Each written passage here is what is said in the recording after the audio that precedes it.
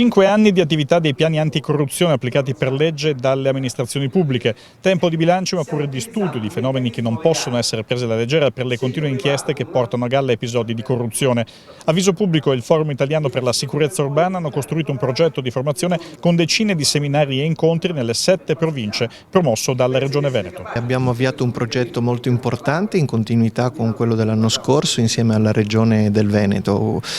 Il cammino procede nel senso che a questi incontri bellunesi abbiamo registrato una presenza di amministratori locali, di funzionari pubblici, di agenti e comandanti della polizia locale, ai quali abbiamo cercato di trasferire innanzitutto una conoscenza più possibile e corretta aggiornata delle mafie e delle corruzioni e soprattutto, come stamattina, stiamo cercando di trasferire anche delle esperienze, delle buone pratiche concrete e amministrative, perché, come è scritto nella legge 48 del 2012 che rende possibile questo progetto, il Veneto non è certamente una terra di mafia, ma è una terra che interessa alle mafie. Una serie di incontri che naturalmente hanno deviato sul colloquio più che sulla conferenza. Esperienze a confronto, gli ospiti con incarichi di rilievo presso le amministrazioni di comuni ed enti di grandi città portano i loro casi, risolti e irrisolti, da cui emerge un importante lavoro di squadra nella prevenzione di possibili fenomeni, dove il poter essere in contatto ad esempio con gli uffici delle direzioni distrettuali antimafia può consentire di riconoscere in anticipo possibili situazioni equivoche.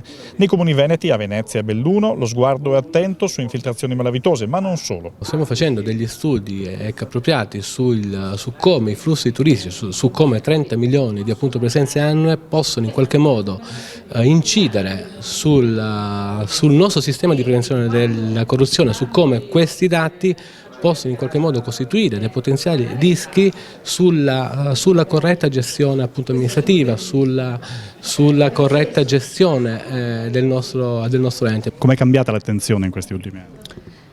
L'attenzione è cambiata nel senso di assicurare la massima trasparenza, perché, sia perché le norme lo richiedono e lo impongono, ma sia perché la partecipazione scoraggia fenomeni di mala gestione.